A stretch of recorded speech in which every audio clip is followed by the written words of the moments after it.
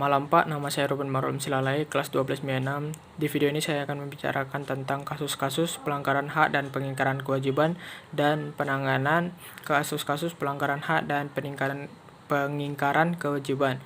Yang pertama itu penyebab terjadinya pelanggaran hak dan pengingkaran kewajiban. Pelanggaran ini terjadi karena setiap warga negara yang tidak mendapatkan hak-haknya sebagaimana yang ditetapkan oleh undang-undang. Contohnya masih terjadi kemiskinan yang terjadi di sebagian golongan dikarenakan program pembangunan yang kurang lancar maupun keterampilan yang dimiliki oleh warga negara tersebut yang kurang, yang akan berakibat kesulitan untuk mencari pekerjaan. Faktor-faktor lainnya itu adalah sikap egoisme atau sikap mementingkan sendiri, dia lebih mementingkan haknya daripada kewajibannya. Yang kedua adalah kesadaran berbangsa dan bernegara yang kurang. Yang ketiga adalah sikap toleransi yang kurang. Yang keempat adalah penyalahgunaan kekuasaan.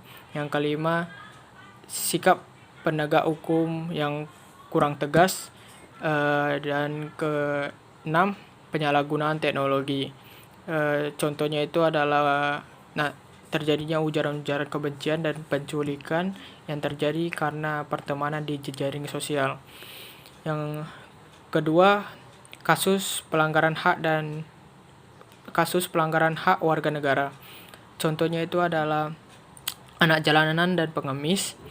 Ya, mereka adalah golongan yang kurang beruntung, yang tidak mendapatkan haknya sesuai dengan undang-undang. Contohnya itu hak mereka untuk mendapatkan pendidikan. Sesuai dengan Undang-Undang Pasal 31 Ayat 1, yaitu adalah setiap warga negara berhak mendapatkan pendidikan, tetapi mereka tidak mendapatkannya. Oleh karena itu mereka putus sekolah dan menjadi anak jalanan.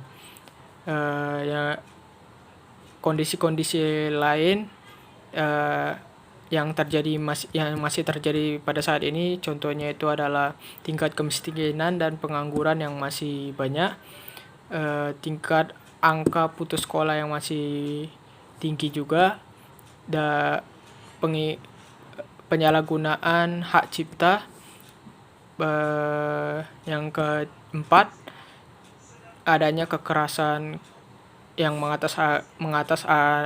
mengatasnamakan agama. Yang kelima itu terjadinya kekerasan terhadap hak asasi manusia. 3. Kasus pengingkaran kewajiban. Pengingkaran kewajiban disebabkan oleh sikap egoisme setiap warga negara yang lebih mementingkan haknya daripada kewajibannya. Selain itu, kurangnya kesadaran hukum setiap warga negara. Contohnya itu adalah membuang sampah sembarangan, melanggar lalu lintas, tidak membayar pajak, dan lain-lain. Ya, dampaknya itu adalah proses pembangunan di negara tersebut terhambat dan